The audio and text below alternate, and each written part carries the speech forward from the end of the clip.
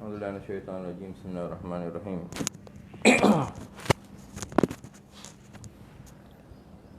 Sekejap lagi kita akan mulakan pembacaan kitab kita pada muka surat 42, fasal perbahasan mengenai iman.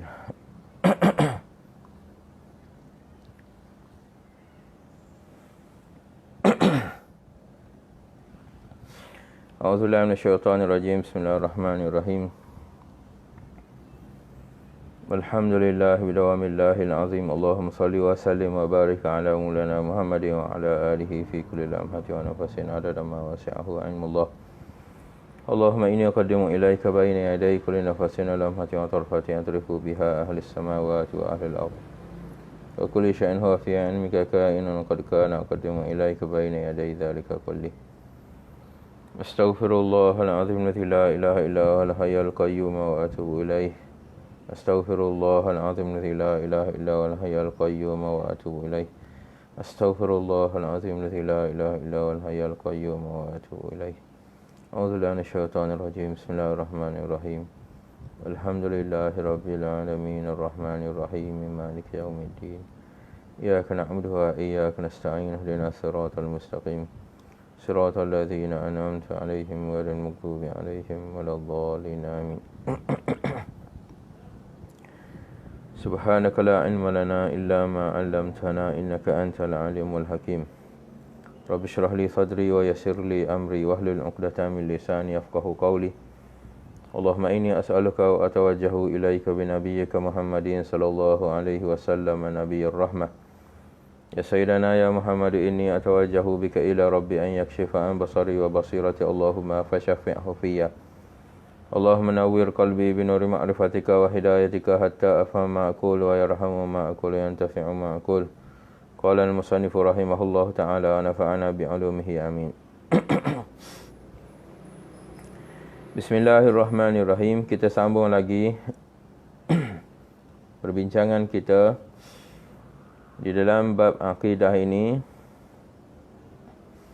Bagi kitab Aqidah At-Tahawiyah bagi Imam Abu Ja'far At-Tahawi, pada muka surat 42 perbahasan mengenai iman. Imam Abu Ja'far At-Tahawi radhiyallahu anhu berkata lagi, wal imanu wal iqraru bil lisan wat tasdiqu bil janan wa jami'u ma sahha an Rasulillah sallallahu alaihi wasallam min asy-syar'i wal bayani kulluhu haqqun. Maksudnya keimanan terdiri daripada pengakuan dengan lidah dan penerimaan dengan hati, dan seluruh apa yang terbukti berasal dari Rasulullah sallallahu alaihi wasallam berhubung dengan syarak dan penjelasan baginda sallallahu alaihi wasallam adalah benar. Ini ialah Imam Abu Ja'far At-Tahawi memberi ta'rifan kepada makna iman. Beliau berkata, al-iman wal imanu huwal iqraru bil lisan. Iman itu iaitu dengan kita ikrar, sebutkan pengakuan kita dengan lidah. Wa tasdiqu bil janani, dan membenarkan dengan hati. Wa jami'u ma sahha an Rasulillah sallallahu alaihi wasallam, dan apa yang sah perkara tersebut datang daripada Rasulullah sallallahu alaihi wasallam, minasy-syar'i, daripada perkara syarak, wal bayani, dan penerangan-penerangan berkait dengan syarak, kulluhu, semuanya perkara tadi, haqqun, yakni benar, datang daripada Rasulullah SAW, dan iaitu maknanya kita benarkan dengan hati kita apa-apa sahaja perkara yang didatangkan oleh Rasulullah sallallahu alaihi wasallam. Sebagaimana yang kita tahu bahawasanya iman iaitu ikrar dengan lidah ini menjadi syarat sebagai seorang itu dapat dilaksanakan hukum Islam ke atasnya di atas dunia. Itu syarat bagi pelaksanaan hukum bagi seseorang itu, hukum Islam di atas dunia. Sekiranya seorang itu tak terdapat padanya ikrar dengan lidah, walaupun hatinya itu mengaku dengan kebenaran Rasulullah SAW dan apa yang dibawa oleh Rasul dia benarkan, tetapi selagi mana dia tidak ikrarkan dengan lidah, mana tak boleh kita nak hukumkan dia dengan hukum Islam. Mana dijalankan ke atasnya hukum Islam tak boleh. Maknanya kita nak nak berkahwin dengan dia tak boleh. Kita nak makan makanan sembelihan dia tak boleh. Kalau dia mati, kita tak boleh kuburkan dia di dalam kawasan perkuburan Islam. Itu tak boleh. Maknanya untuk nak melaksanakan syarat ikrar dengan lidah itu menjadi syarat bagi pelaksanaan hukum Islam ke atas dia di dunia. Adapun berkait dengan membenarkan hati, membenarkan hati, iman itu maknanya bahagian yang kedua ialah membenarkan hati dengan apa yang didatangkan oleh Rasulullah sallallahu alaihi wasallam. Ini yang dikatakan sebagai muwafakat ulama padanya. Yang ini makna bagi iman yang sebenarnya, hati itu membenarkan apa yang telah datang daripada Nabi sallallahu alaihi wasallam.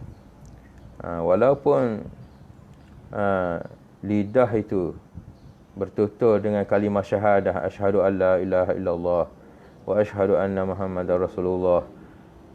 Jadi setengah daripada mereka yang munafikin, mereka ini ahli bagi syahadah, mana menyebut dengan kalimah itu, mereka pun sebut juga, tapi dalam hati dia penuh dengan dusta, mendustakan Rasul sallallahu alaihi wasallam. Jadi muafakat bagi ahli ilmi dan juga iman, mereka mengatakan kena ada dua-dua, sama ada sebut dengan lidah, ikrar dengan lidah, dan juga membenarkan dengan hati, dengan apa yang dibawa oleh Nabi SAW. Dan kaum Mu'tazilah pula dia menambah tentang wajib bagi amal soleh. Seorang itu dikira beriman dengan makna dengan dia bawa datang al-amal bil jawarih. Maknanya mereka ini mewajibkan amal soleh bagi mereka yang beriman. Nak mengaku iman kena amal soleh. Jadi bagi mereka yang hanya sebut dengan lidah, membenarkan dengan hati, tetapi tak ada baginya amal soleh, bagi kaum Mu'tazilah tak dikira sebagai orang ni beriman. Tapi bagi kita Ahlus Sunnah wal Jamaah, dinamakan sebagai beriman seorang itu apabila ada ikrar dengan lidah dan juga membenarkan dengan hati.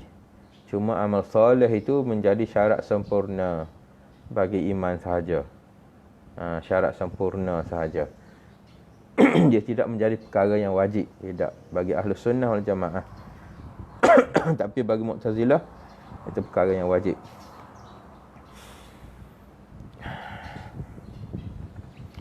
Wal imanu wahidun wa ahluhu fi aslihi sawa'un wat tafadhulu bainahum bil khasyati wat tuqa wa mukhalafatil hawa wa mulazamatil aula.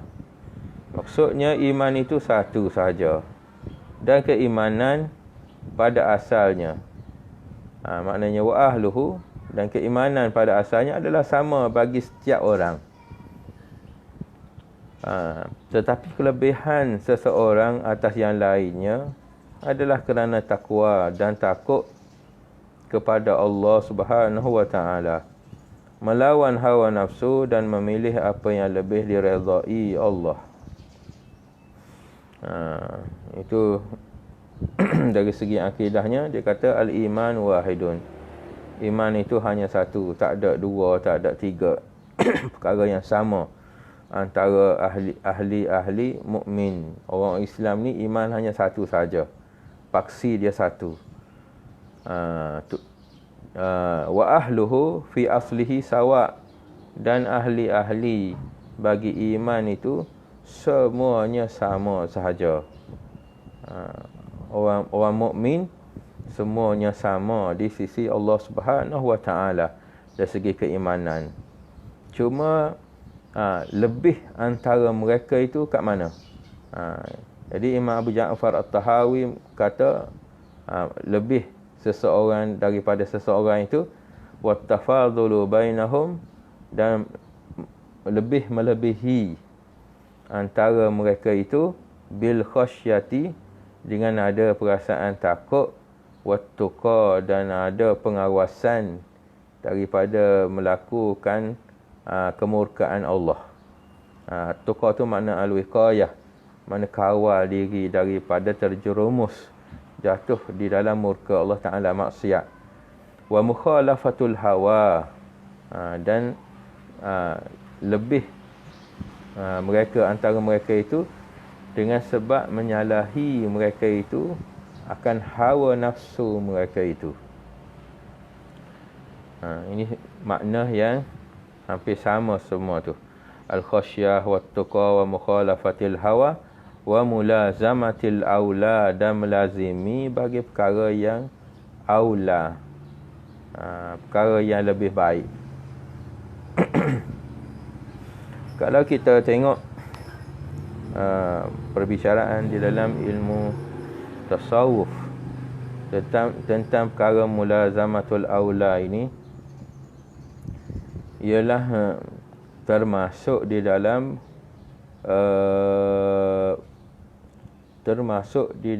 perkara takwa juga. Sebab ada satu hadis Nabi sallallahu alaihi wasallam, Nabi kata la yusammal muttaqunal muttaqina, tidak dinamakan seorang itu seorang yang bertakwa. Muttaqina melainkan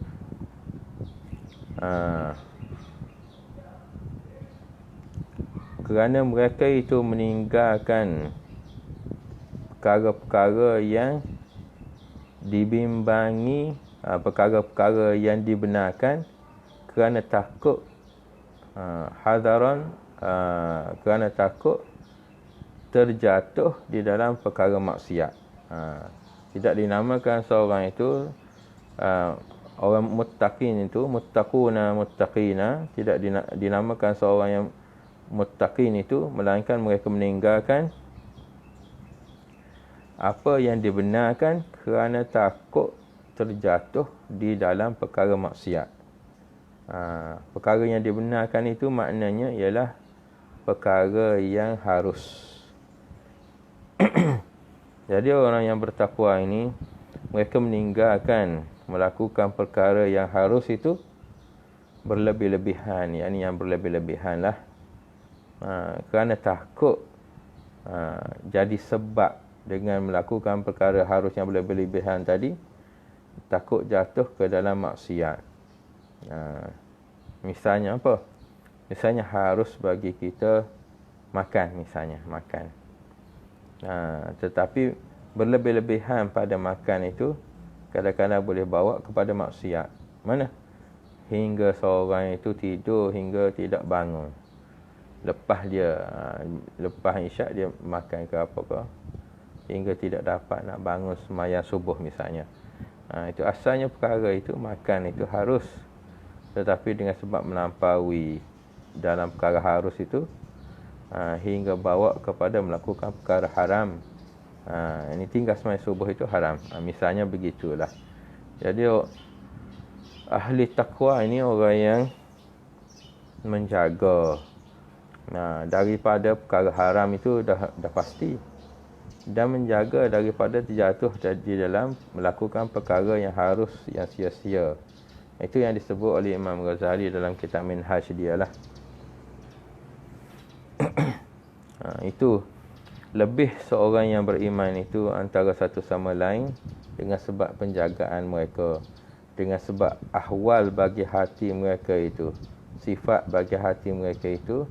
Mana orang yang lebih takut kepada Allah Subhanahu Wa Taala. Inna akramakum indallahi atqakum. Sungguhnya mereka yang lebih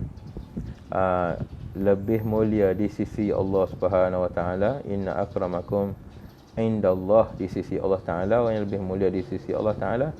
Atqakum, orang yang lebih bersifat takwa mereka itu. Orang yang lebih banyak takwa di sisi Allah Taala, mereka itu lebih daripada orang lain.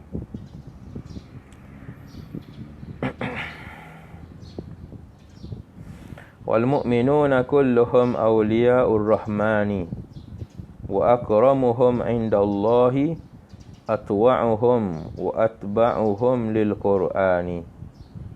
Maksudnya semua orang beriman adalah wali Allah yang Maha Pengasih. Dan yang paling mulia dalam pandangan Allah adalah orang yang paling taat atau patuh dan yang paling dekat dalam mengikuti Al-Quran. Selanjutnya Imam Abu Ja'far At-Tahawi dia menjelaskan lagi tentang perbezaan antara orang mukmin, antara sama mukmin ini. Al-mu'minuna kulluhum awliya'ur rahman. Orang mukmin semuanya awliya'ur rahman, iaitu wali-wali Allah, makna kekasih Allah. Semuanya adalah kekasih Allah Ta'ala. Wa akramuhum indallahi, dan yang paling mulia,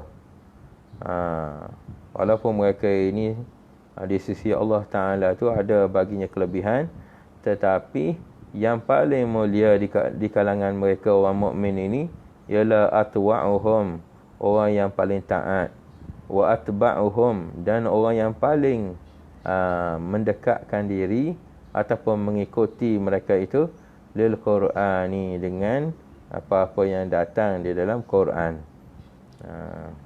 Orang yang patuh dengan apa hukum yang ada di dalam Quran.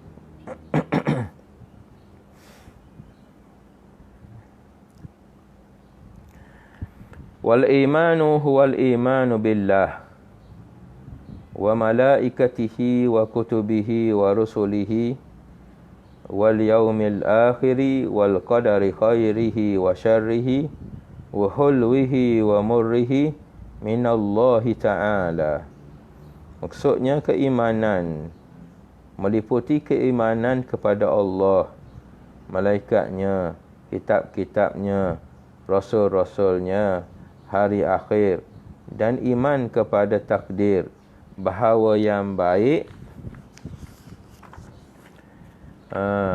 atau yang buruk, yang manis atau pahit, semuanya daripada Allah Subhanahu Wa Taala. Ini dasar bagi iman, dipanggil rukun bagi iman, perkara-perkara pokok di dalam iman. Padahal ini bukan ini saja perkara yang beriman, tapi ini pokok dia. Pokok bagi iman tu ada 6 rukun dia, 6 tunjang dia, 6 asas bagi iman. Al-imanu huwa al-imanu billah. Itu yang pertama sekali. Keimanan yang pertama sekalinya iaitu dengan mereka percaya pada Allah Subhanahu Wa Taala, kenal dengan Allah Subhanahu Wa Taala, wa malaikatihi, dan mana percaya kepada malaikatnya, ada bagi Allah Taala malaikat, wa kutubihi, dan kitab-kitab yang diturunkan oleh Allah Subhanahu Wa Taala ke atas nabi-nabinya, wa rusulihi, dan ada bagi Allah Ta'ala itu rasul, yakni mereka yang diutuskan kepada umat masing-masing, mengajar manusia berkait dengan hukum Allah Subhanahu Wa Ta'ala, menunjuk manusia kepada jalan kebenaran, itu rasul. Wal yaumil akhir, dan juga beriman kepada hari akhirat. Ada satu hari nanti, iaitu hari akhir bagi segala makhluk ini. Wal qadari khairihi wa syarrih, dan ada padanya qadar, sama ada baik, wa syarrihi, dan buruknya, wa hulwihi, dan manisnya, wa murrihi, dan pahitnya, minallahi ta'ala, semuanya datang daripada Allah Subhanahu Wa Ta'ala. Ini asas bagi keimanan kita, dasar bagi iman. Sebagaimana kita ada dasar daripada hadis Jibril tu, hadis daripada Sayyidina Umar, mengenai hadis Jibril yang datang kepada Nabi sallallahu alaihi wasallam atas rupa manusia, mengajar Jibril kepada sahabat-sahabat melalui pertanyaan Sayyidina Jibril kepada Nabi kita sallallahu alaihi wasallam. Dia nak ajar agama kepada umat. Jadi melalui pertanyaan, Jibril tanya dan Nabi jawab. Dalam hadis Jibril itu ada diterangkan berkait dengan agama itu terbahagi kepada 3 bahagi. Yang pertama sekali iaitu Islam, dan juga imannya, dan juga ihsannya. Ada 3 bahagi. Rukun Islamnya ada 5, rukun imannya sebagaimana yang kita baca inilah ada 6, dan ihsan. Terdapat juga rukun bagi ihsan tu.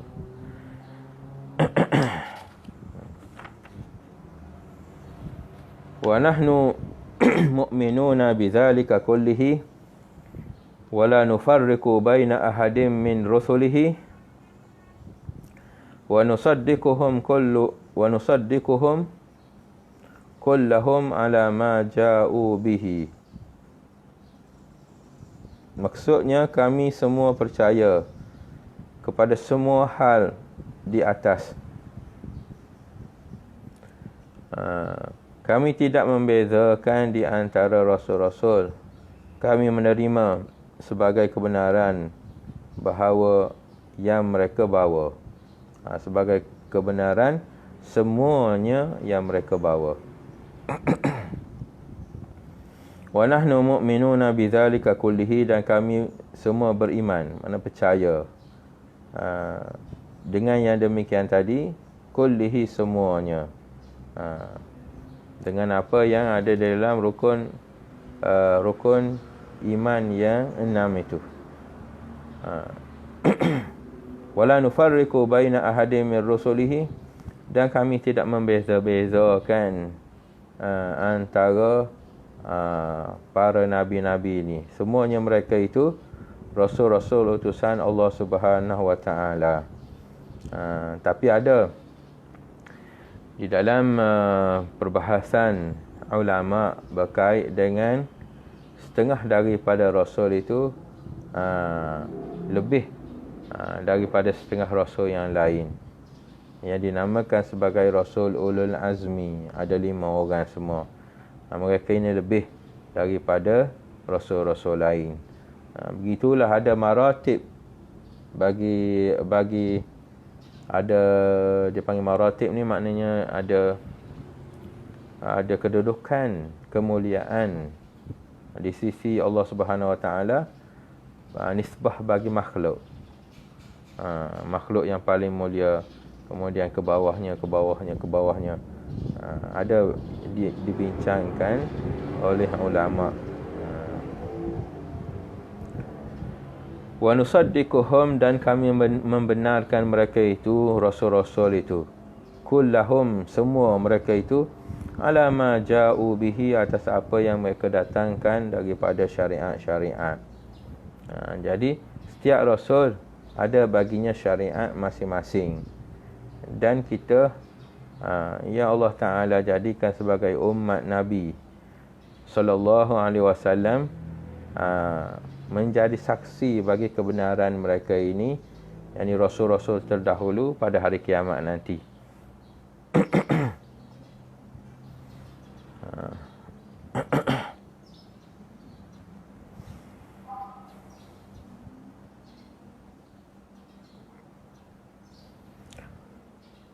Kemudian Imam Abu Ja'far At-Tahawi dia meneruskan lagi dengan berkait dengan fasal orang-orang Islam yang berdosa pula.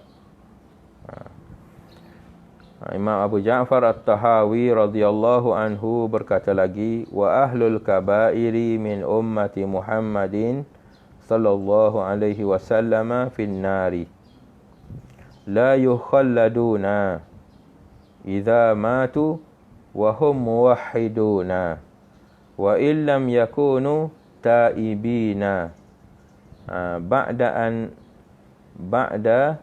an laqullaha arifina mu'minina wa hum fi masyiatihi wa hukmihi in syaa'a ghafara lahum wa afa anhum bifadlihi kama qala ta'ala fi kitabihi wa yaghfiru ma duna dzalika liman yasha. Maksudnya umat Muhammad sallallahu alaihi wasallam yang mati di dalam dosa akan masuk neraka, tetapi tidak selama-lamanya.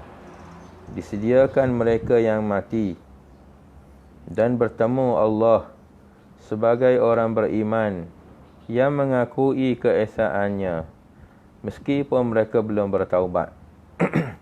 Mereka tunduk kepada kehendak dan keputusan Allah. Jika dia berkehendak, dia akan mengampun. Jika dia, yakni Allah Ta'ala berkehendak, dia, yakni Allah Ta'ala akan mengampuni mereka dan memaafkan mereka kerana kasihnya, rahmat dia. Sebagaimana dinyatakan di dalam Quran, dan dia mengampuni dosa yang lain daripada syirik itu. Bagi sesiapa yang dikehendakinya. Ini surah An-Nisa ayat yang ke-116.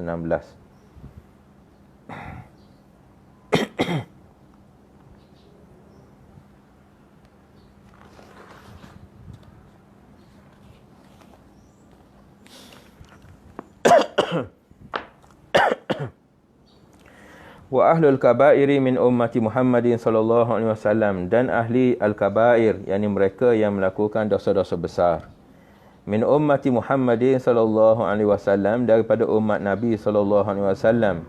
Ini ada yang mereka melakukan maksiat daripada umat Nabi. Tidak semuanya mereka ini daripada kalangan orang yang soleh, orang yang taat. Ada setengah daripada umat Nabi sallallahu alaihi wasallam, sebahagian daripadanya finnari, di dalam neraka sebab mereka melakukan dosa-dosa. La yukhalladuna, dari segi i'tiqad mereka ini tidak akan kekal di dalam neraka, walaupun ahli kabair sekalipun. Berbeza dengan pandangan Mu'tazilah. Mereka mengatakan kabair ini, orang yang melakukan dosa besar ini akan kekal dalam neraka.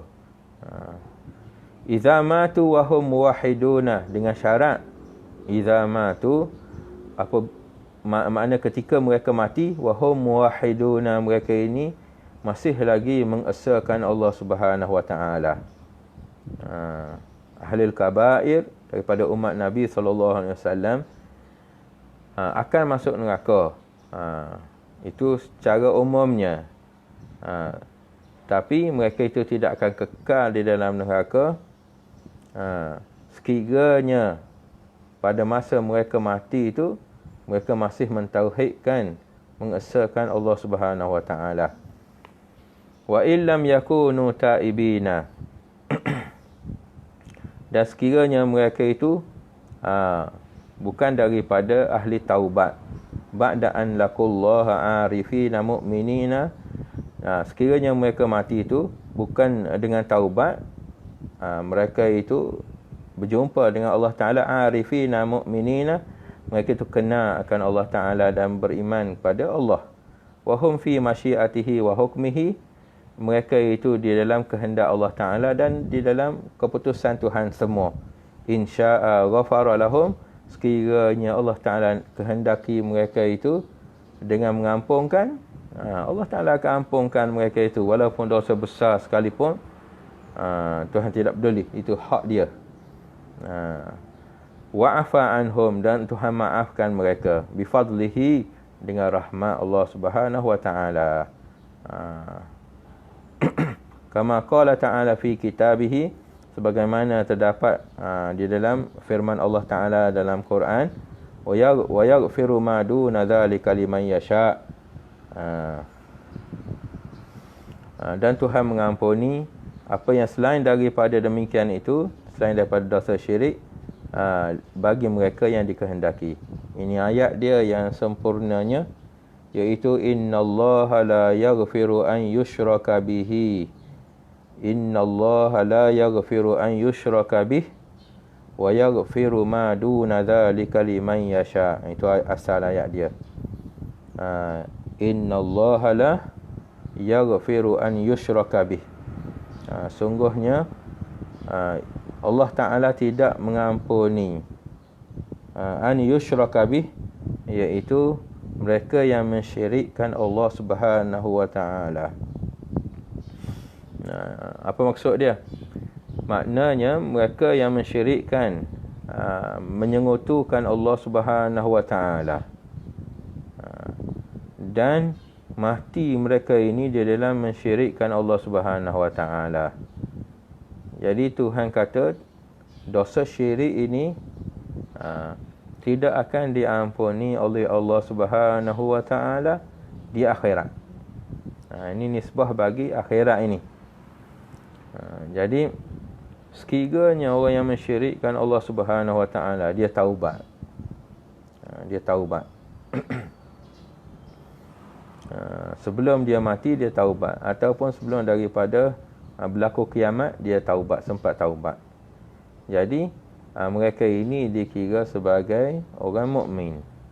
Mati mereka itu dalam mukmin. Dan dosa mereka ini diampun kalau mereka ini taubat dengan taubat yang sebenar. Dosa syirik sekalipun, yakni apabila taubat sebelum daripada mati. Tapi sekiranya seorang itu syirik pada Allah Ta'ala dan dia bawa dosa syirik tadi hingga ke akhirat, Allah Ta'ala tidak akan ampun sekali-kali dosa tersebut dan kekal mereka itu dalam neraka. Berbanding pula dengan orang yang tidak mensyirikkan Allah Subhanahu wa Ta'ala, tetapi mereka melakukan dosa, sama ada dosa besar ataupun dosa kecil, dan tidak sempat mereka ini taubat sebelum daripada mati. Jadi kembali pada Allah Subhanahu wa Ta'ala di akhirat esok, kalau Allah Ta'ala nak ampunkan segala dosanya, tak kira banyak ke sedikit ke, Allah Ta'ala akan ampunkan. Itu semua dengan kemurahan Allah Subhanahu wa Ta'ala. Sekiranya Allah Ta'ala tak ampun, jadi orang ini akan masuk ke dalam neraka, akan dibakar dalam api neraka atas qadar dosa mereka. Lepas daripada habis semua dosa tadi, jadi akan keluar mereka itu daripada neraka, akan masuk syurga pula. Itu cara bagi ahli sunnah wal jamaah berimannya. Cara kita beriman dengan ahli kabair, kecuali bagi dosa syirik saja. Syirik itu ialah sebesar-besar dosa besar lah.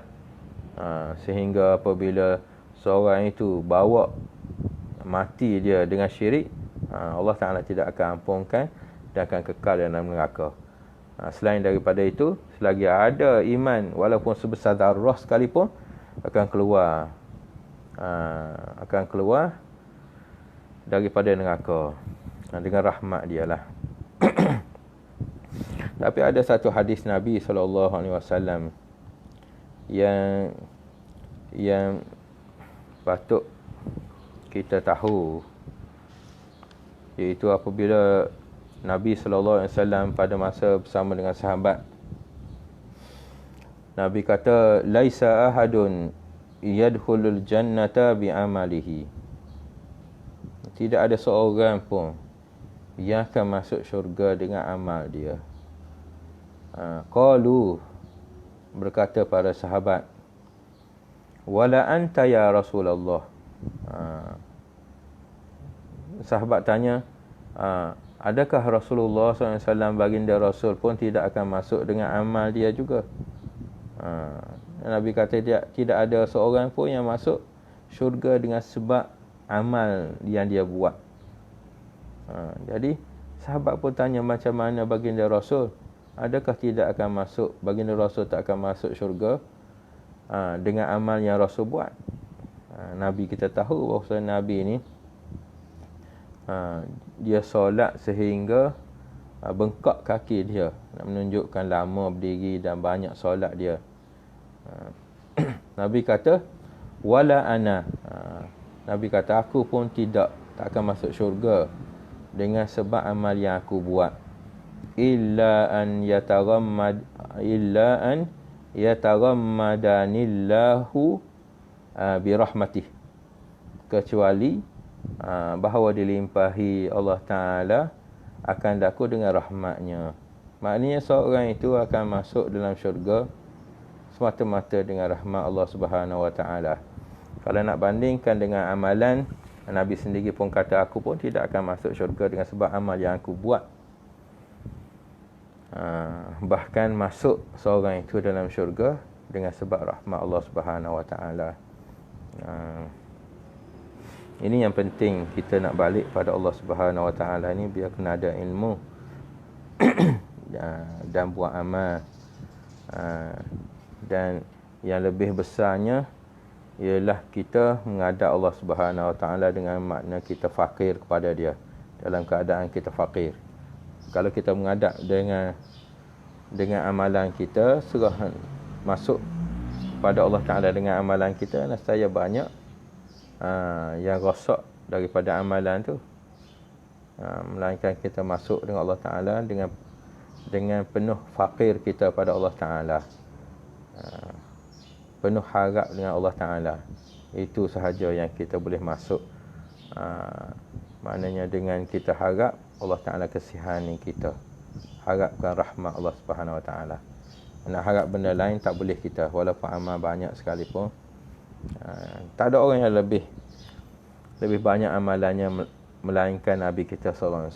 Tapi baginda sendiri pun sebut bahawa dia sendiri, baginda Rasul, wala ana, dia kata, aku pun tidak akan masuk syurga dengan sebab amal aku, tidak, melainkan dengan rahmat Allah.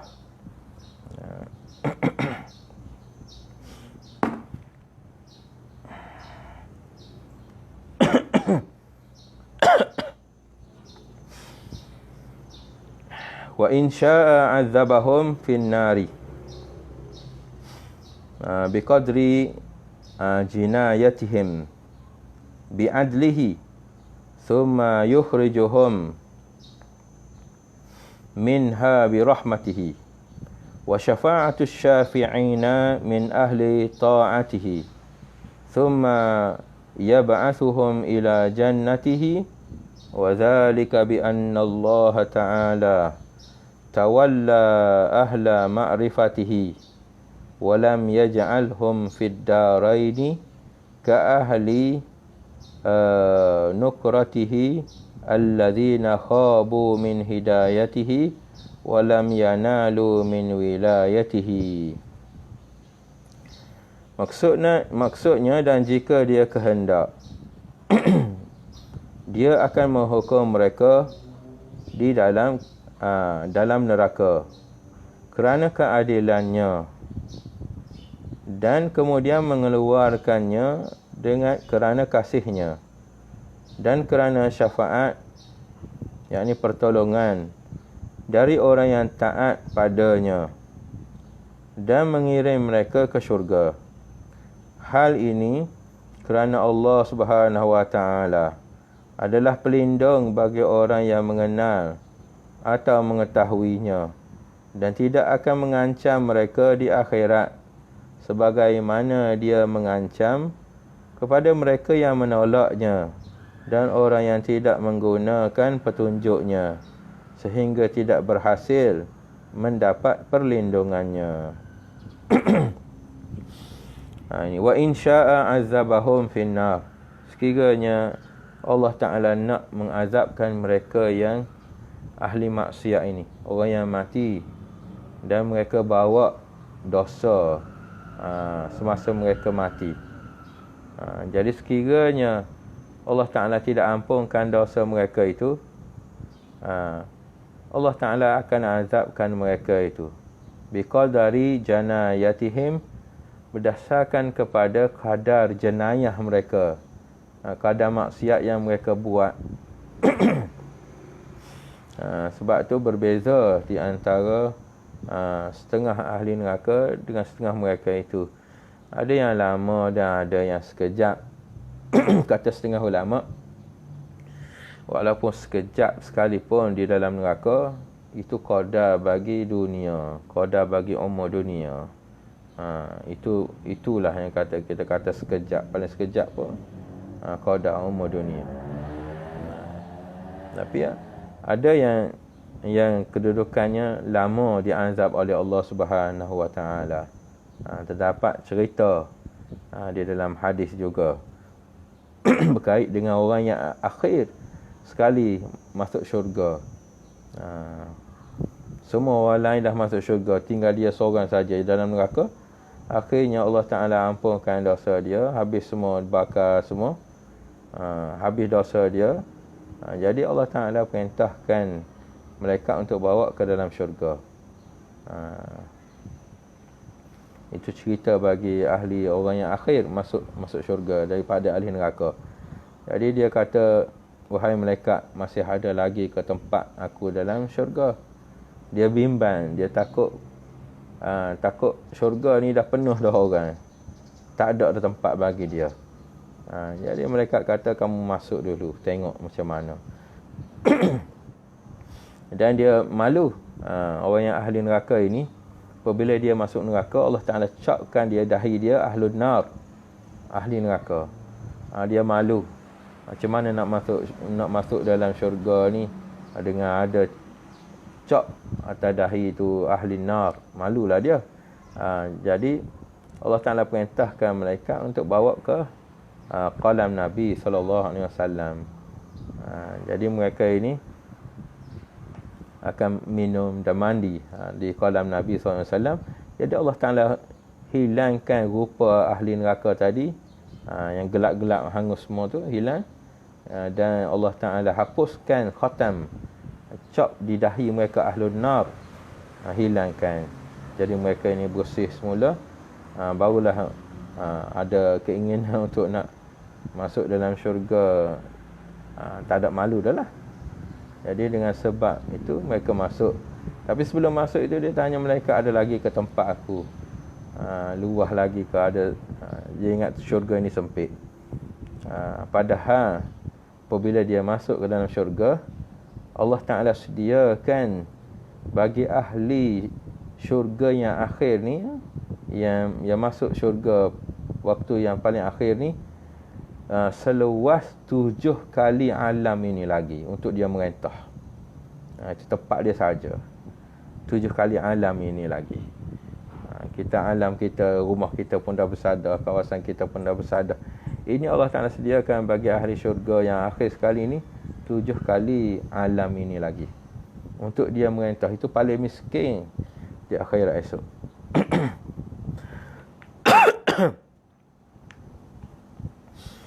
Jadi sekiranya dikehendaki Allah Ta'ala mengazabkan orang yang Tuhan tidak ampunkan dosa mereka, jadi Allah Ta'ala azabkan mereka itu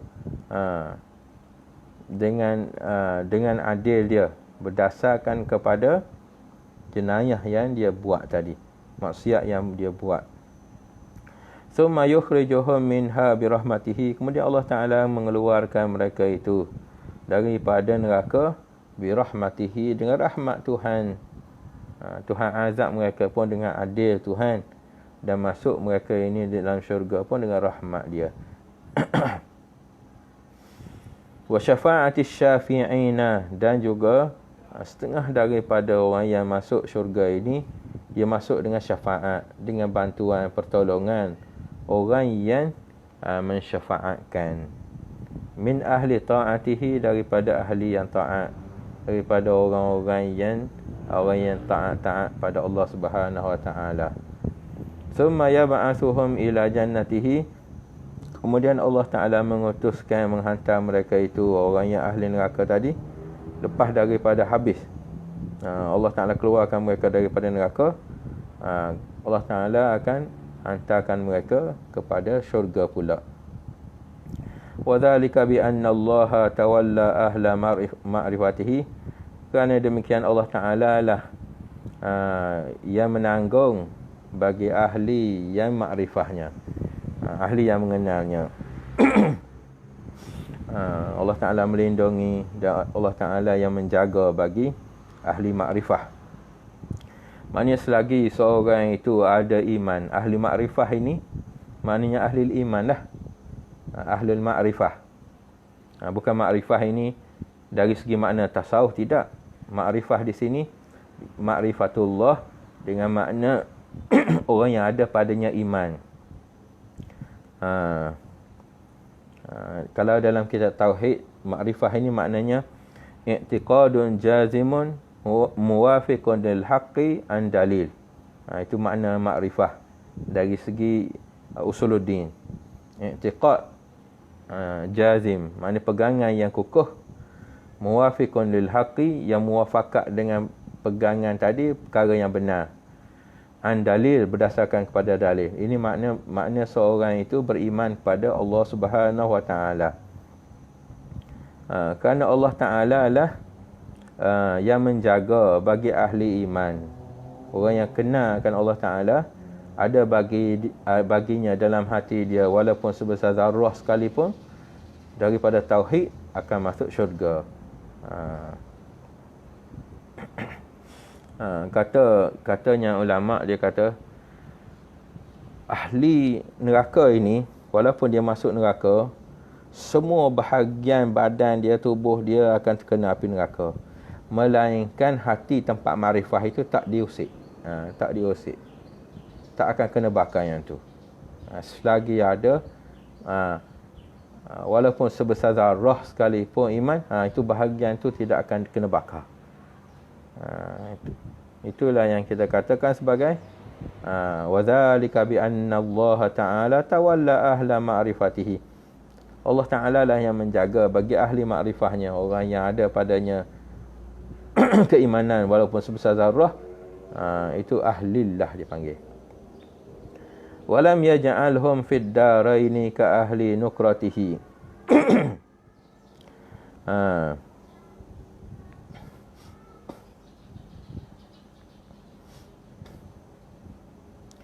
Dan tidak menjadikan Allah Ta'ala bagi mereka itu fid daraini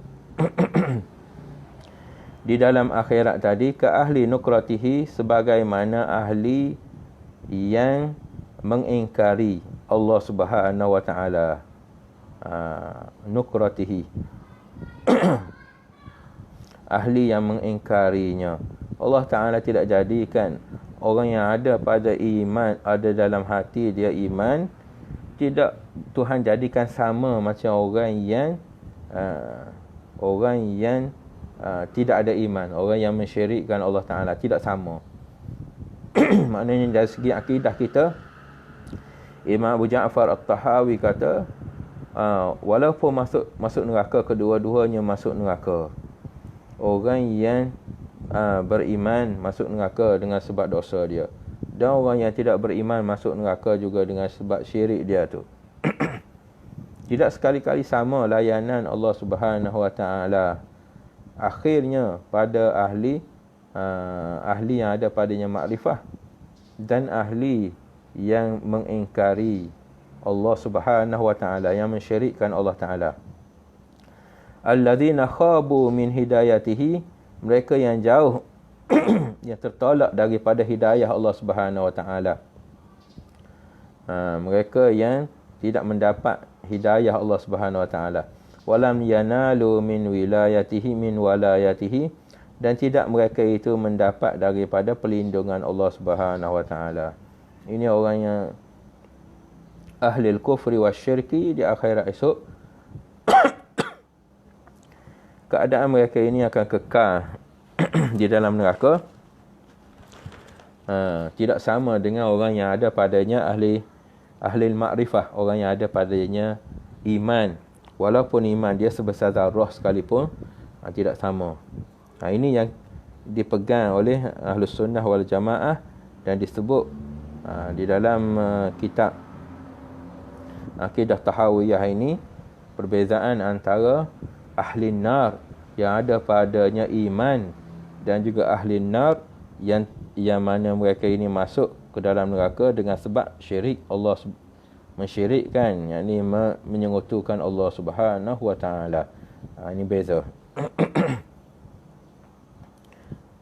Ahli iman masih lagi mereka ini di dalam lindungan Allah Taala, dalam jaminan Tuhan. Tidak akan kekal dalam akidah kita. Ahli iman ini tak akan kekal dalam neraka. Lain daripada orang Mu'tazilah, itu lain. Orang Mu'tazilah masuk neraka lah. Masuklah orang dosa besar itu orang yang kekal dalam neraka. Dan bagi ahli syirik, mereka akan kekal selama-lamanya di dalam neraka. Ini akidah yang dipegang oleh Ahlus Sunnah wal Jamaah. Allahumma ya waliyal islami wa ahlihi, sabbitna alal islami hatta nalqaka bihi. Ini doa daripada musannif. Tuan pengarang kitab ini dia kata, wahai Tuhan Maha Pelindung Islam dan umatnya, teguhkanlah kami agama Islam hingga kami bertemu denganmu dengannya, yakni dengan Islam. Ini doa lah kita, amin. Allahumma ya waliyal Islam, ya Allah waliyal Islam, yakni Tuhan yang menjaga Islam, agama Islam, wa ahlihi, dan Tuhan yang menjaga bagi ahli Islam. Sabbitna, teguhkanlah kami, yakni kekalkan kami, alal Islam, di atas agama Islam ini. Jangan ada hati kami ini terbolak-balik. Biar teguhkan hati kami ini atas agama Islam. Hatta nalqaka bihi, sehingga kami dapat jumpa mu ya Allah di akhirat esok dengan agama Islam. Maknanya jangan kami jumpa mu ya Allah dalam keadaan kami syirikkan Kau ya Allah. Biar kami jumpa mu ya Allah dalam keadaan kami ini mukmin dan muslim. Ini doa bagi muallif bagi kitab inilah.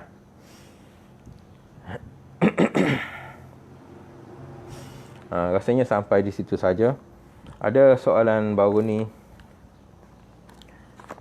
pada Ustaz Azhari.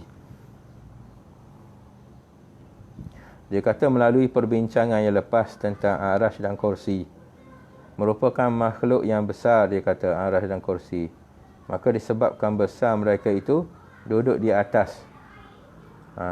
Allah Ta'ala dudukkan arash dan kursi ni duduk di atas langit dan bukan di bawahnya.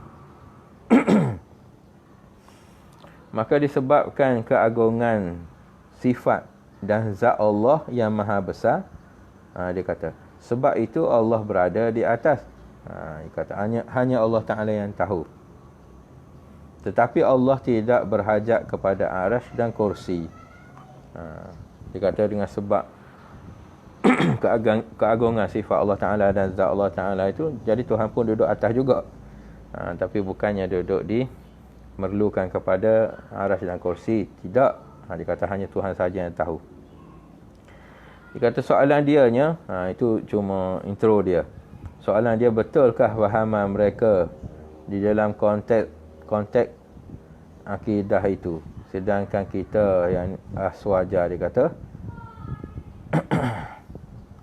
mengatakan dengan yakin bahawa Allah itu tidak bertempat. Dia kata, betulkah fahaman mereka yang dalam konteks akidah itu? Dia kata, dengan sebab arah itu besar, kursi itu besar, makhluk Allah Ta'ala yang paling besar Tuhan buat, duduk atas. Dan Tuhan juga dengan sifat dia dan zat dia yang maha agung ni, maha besar ni, duduk di atas juga. Begitu. Walaupun tidak berhajat, dia kata tidak berhajat pada kursi, tidak berhajat kepada aras. Betul ke tidak fahaman gitu? Padahal kita Ahlus Sunnah wal Jamaah mengatakan bahawa Tuhan itu tidak bertempat, bukan duduk atas.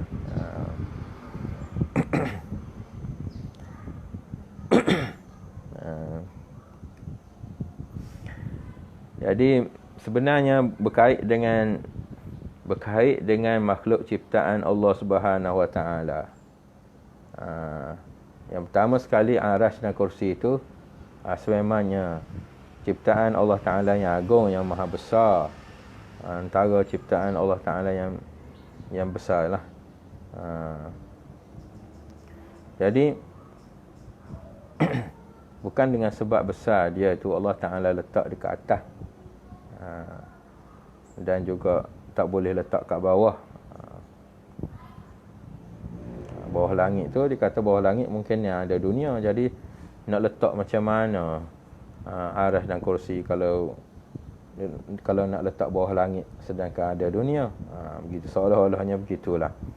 Begitu juga dia kata Tuhan itu bersifat dengan kebesaran. Jadi dengan sebab kebesaran Allah Ta'ala itu, dia duduk atas, tak duduk bawah. Berkait dengan makhluk duduk atas ke duduk bawah, itu adalah kehendak Allah Ta'ala lah. Itu yang pertama. Dengan Tuhan yang bijaksana atur macam mana. Jadi soalan yang kedua tu yang pentingnya, adakah dengan sebab Tuhan itu bersifat dengan kebesaran, jadi Tuhan itu kena duduk atas, tak boleh duduk bawah? Begitu. Seolah-olahnya begitulah soalan dia. Jadi kalau kita nisbahkan zat Allah Ta'ala dan sifat dia yang maha besar itu, kita letakkan Tuhan itu duduk di atas, nisbahkan dia, Tuhan tu duduk di atas, walaupun dia kita tak sabitkan dia perlu pada aras ke kursi ke. Kalau kita iktikad Tuhan itu duduk di atas dengan sebab kebesaran dia tu duduk di atas, kita masih lagi meletakkan Tuhan itu sifat sebagaimana sifat makhluk, sebagaimana aras dan kursi itu duduk di atas dengan sebab besar katanya, dan Tuhan pun kita letakkan di atas dengan sebab kebesaran zat dia dan sifatnya juga. Seolah-olah kita menyamakan Allah Ta'ala, sifat dia itu sama dengan makhluk, sama dengan arah dan kursi yang kita katakan dengan sebab besar dia kita letak atas. Tuhan pun dengan sebab kebesaran dia kita letak atas. Ini kita samakan sifat Allah Ta'ala dengan sifat makhluk. Tak boleh. Akidah Ahlus Sunnah wal Jamaah, memang mereka ini tidak sekali-kali meletakkan Allah Ta'ala mana-mana tempat. Innallaha mawjudun bila makan. Tuhan itu ada tanpa perlu kepada tempat, dan tidak perlukan kepada mana-mana tempat sekalipun. Jadi Allah Ta'ala itu ada dia. Dalam akidah kita ada dia, dan tidak ada bagi Allah Ta'ala itu tempat khusus, tidak. Walaupun kita kata perkara ini pernah kita bincang dahulu. Yang penting di dalam akidah ini tentang zat Allah Ta'ala, yang kita pegangnya ialah Tuhan itu dia tidak perlukan kepada tempat, dan tidak kita katakan Tuhan itu di langit, sebab langit itu tempat, dan kita tidak katakan Tuhan itu di bumi dengan sebab bumi itu tempat juga. Selagi kita sandarkan Allah Ta'ala itu dengan tempat, dia akan jadi tempat Tuhan, dan akan kita hakkan dia dan kita qadarkan dia. Perkara yang boleh hak dan qadar ini ialah berkait dengan makhluk sahaja. Tuhan tak ada baginya hak dan tak ada baginya qadar. Sebab tu ulama tasawuf Dia kata Tuhan itu meliputi. Ini perkataan ini, Tuhan itu meliputi. Ini kena tahu ni perkataan meliputi. Meliputi ini bukan makna ada di banyak tempat, tidak. Meliputi dengan makna meratai. Tak ada tempat yang tak ada Tuhan. Sama ada di dalam alam ataupun luar alam. Ini kita kena sebut yang ni. Jadi sekiranya orang tanya kita, mana Allah Ta'ala duduk kat mana? Kita kata Allah Ta'ala ada dan tak ada baginya perlu pada tempat. Orang tanya dekat mana? Kita kata Allah Ta'ala meliputi. Apabila kita kata Allah Ta'ala itu meliputi, nescaya tak ada baginya tempat. Nak tunjuk-tunjuk tak boleh dah lah. Sama ada dalam alam ke ataupun luar alam ke. Perbahasan mengenai dalam alam, luar alam tu, itu perbahasan yang panjang macam mana. Walaupun setengah daripada ulama' dia tak nak kita sebut bahawa Tuhan itu ada dalam alam ataupun ada luar alam. Ulama' tak nak sebut yang tu. Sebab dalam alam ataupun luar alam masih lagi menyebut tentang tempat. Padahal Allah Ta'ala ini dah ada maujud sebelum daripada alam ini sendiri. Sebelum ada alam itu sendiri, Tuhan dah ada dah.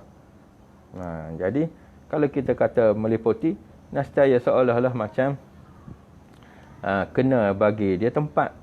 Tapi apa lagi perkataan yang kita boleh letak selain daripada meliputi, nak menunjukkan tak ada bagi Allah Ta'ala itu hak dan juga qadar. Sebab tu setengah daripada ulama tasawuf, termasuklah Tuan Guru Haji Daud Bukit Abbas sendiri, dia sebut bahawa Allah Ta'ala itu meliputi. Tak ada tempat yang tak ada Tuhan. Dia kata sama ada tempat lapan ke ataupun tempat tak ada lapan. Tapi kena ingat bahawasanya Tuhan itu dia bukan jenis hulul dan bukan jenis ittihad. Kita dah belajar tentang mukhalafatuhu ta'ala lil hawadis, itu kena pegang di situ. Dia kata kita dah belajar dah mukhalafatuhu ta'ala lil hawadis. Jadi bukan makna bermasuk-masuk Tuhan dalam makhluk dan bukan bersatu Tuhan dengan makhluk. Itu makna Tuhan itu meliputi zat dia dan sifat dia sendiri. Bukan makna hanya meliputi ilmu sahaja, tidak. Bahawa zat Allah Ta'ala pun meliputi juga. Ini yang dipegang oleh ulama tasawuf begitu. Wallahu subhanahu wa ta'ala alam. Jadi kita akan sambung lagi kitab kita insya-Allah taala pada hari Selasa nanti insya-Allah taala. Sekiranya ada apa-apa pertanyaan, boleh tanya nanti ikut WhatsApp ke ataupun ikut ruang nanti insya-Allah subhanahu wa taala.